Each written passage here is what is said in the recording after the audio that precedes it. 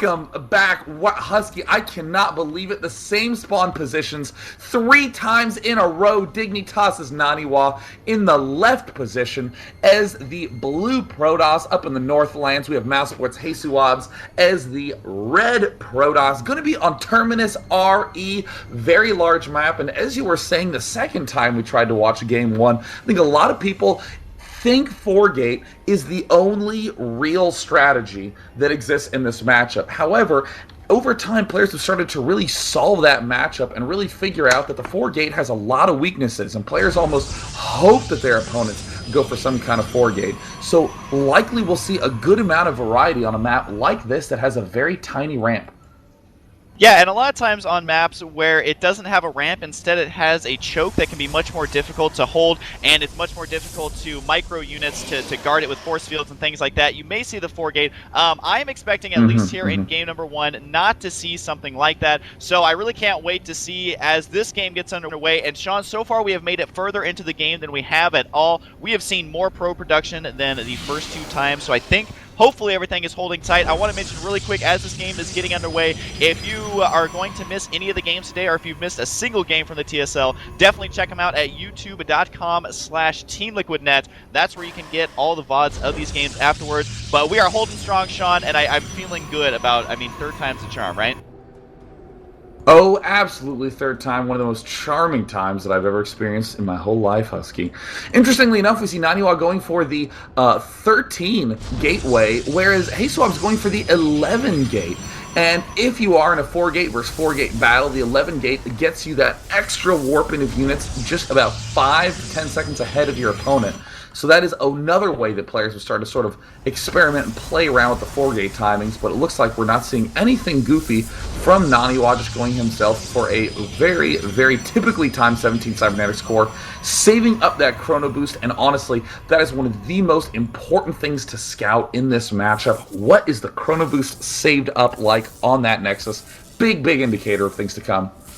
Yeah, and just looking at the production tab, Sean, you can see how much further ahead the HasuObs Cybernetics core is going to be, and we'll see if he starts the, Warp Gate technology right there and chrono boosting it right out the gate, so his build order is allowing him to get out those Warp Gates right away. Sean, do you think it's for a 4-gate style, or is he going to try and hold with just 2 or 3, considering that he will have the Warp Gates just a little bit earlier? You mentioned that cycle of units is just a tiny bit earlier, so will he 4-gate from here, it looks like, or is he going to be more of a text like, say, a Robo? Well, what's interesting is that in Protoss vs. Protoss, I would describe the matchup as a little bit fragile at the start. As a result, why the 4-gate are very effective strategy. So what we've seen is that players will cut at least something on their way to the early mid-game. So I think that although he might not do some sort of very crazy 4-gate antic, would not be surprised to see HasuObs just rush like crazy to get that 4-gate, or excuse me, to get that warp gate up as quickly as possible, and then just play defensively from there on out. NaNiwa is going to be going for, it looks like, the 2-gate chrono-boosted Stalker opening, going to push that 1 Stalker back as best he can. I honestly like the opening from both players. We don't see any sort of 4-gate going out. We see HasuObs getting his gas up, now finishing up his warp gate. Look at how early that is. 5-minute mark, finishing up that warp gate research.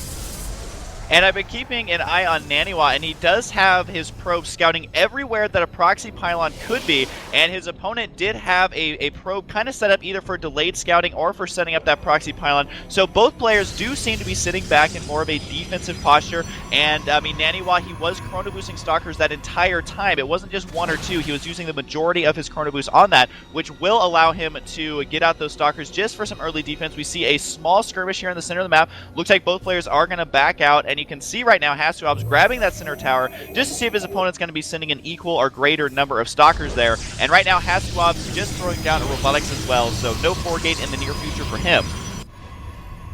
And keeping on this whole idea of trying to cut things out in this matchup, if you think of, oh yes, I want my 4-gate to try to defend against the 4-gate, You could cut probes in that sense, but what HasuObs is trying to do is to cut that fourth gateway to have as little as possible to defend while still being able to get that robotics facility up. HasuObs is very, very talented at doing very nice robo plays in this matchup. Good with Immortals, good at doing those no-range Colossus pushes, or of course getting a ridiculous amount of range to do Colossus push. We also see NaNiwa getting himself, it looks like Blink Stalkers. And one thing I just consistently love about watching NaNiwa play, look at his resources.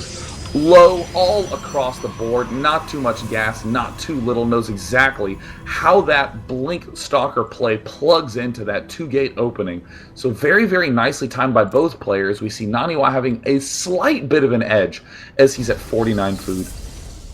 Yeah, and the blink is going to be done. One thing I've noticed in this matchup is if HasuObs is able to defend easily, I mean, he's going to be ahead in tech as far as the robotics units go. So we'll see if he gets out 1 or 2 Immortals here, and then it'll be interesting to me to see if he decides to push out with just 2 Immortals, or if he's going to sit back, defend against the Blink Stalkers, and then go for the Colossus. So it's going to come down to the micro of the Blink Stalkers for sure, because if you blink and it's off cooldown and the Immortals are shooting you in the face, it really sucks. But if you can get the Immortals out of position and intercept them, then it is going to favor you. It looks like one Stalker will go down in the center, and every unit is absolutely crucial in this mirror matchup. So it looks like NaNiwa is going to poke up here and try and see exactly what his opponent's doing, and he blinks a Stalker in there to scout around, and we'll keep that alive long enough to scout around.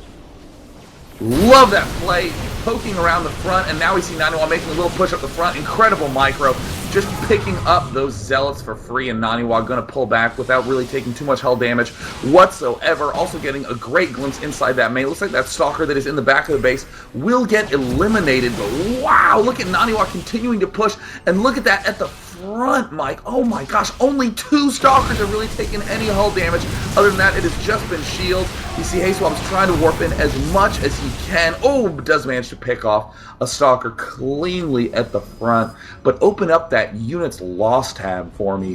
1450 in resources lost for HasuObs, 825 in resources lost for NaNiwa. Extraordinarily impressive demonstration of why Blink Stalkers are a very popular unit in this matchup. They're basically the Protoss Mutalisk. Yeah, and the robotics bay for, or robotics facility rather, for NaNiwa is just going to be getting underway, which means that the HasuObs observer can just kind of scout around, see everything that's going on for a little bit longer, and NaNiwa really wants to try and cause damage. He's got to run one Stalker up there to scout, gets sniped immediately, and again, the unit's last tab does show a disadvantage for HasuObs, but he does have that tech advantage. Both Immortals are sitting pretty. He has them both alive, and no armor damage or anything like that to those. So he also, I believe, if we have the production tab open, yes, the robotics bay going to be on the way as well, Sean. So we'll see when he decides to push out, but he'll most likely have a Colossus when he finally does. This is a pretty interesting set of transitions coming up by NaNiwa, already gearing up to take himself that expansion. He does get the 4th gateway and is going to actually continue to build Zealots. Is he actually getting the speed? Oh, he is indeed. I love Zealot charge plays in this matchup.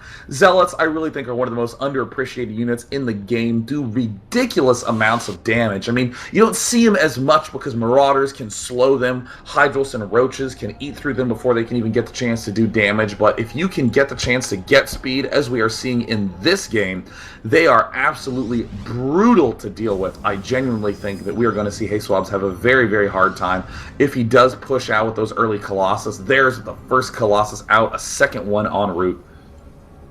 Yeah, and it seems to me like HasuObs is going for more of a style where his units deal the most damage up front just in a straight-up battle, but having the tech advantage as far as upgrades go for the Stalkers and the Zealots. It will come down to the micro of NaNiwa. If your Zealots get too clumped up, they're going to take an insane amount of splash damage from the Colossus. Once again, poking up here. This time, NaNiwa does have an observer to spot the high ground to see exactly what's going on that ledge, and just checking out the unit composition. I'm looking at the units tab. Both players still have their observer alive. That is so crucial in Protoss versus Protoss. You can see NaNiwa is barely trying to see exactly what HasuObs has without losing his observer. He very well may, though, if he's not careful. That observer will get sniped, and unfortunately cannot blink up there because of that. So it looks like NaNiwa not going to get all that necessary information that he would really, really like to have. Now chrono boosting out a second observer.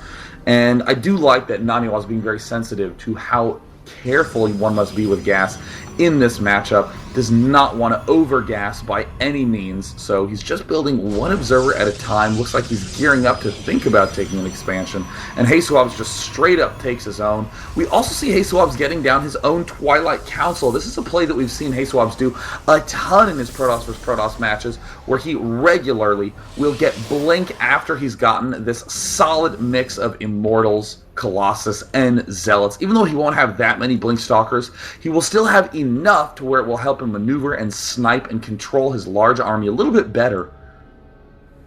And do you think, Sean, that HasuObs is going to continue getting Colossus here? Because in the past, a lot of people have just thought it's whoever gets the more Colossus wins. But as you can see here, he's deciding to tech towards that Blink. Do you think that'll pay off more than Colossus?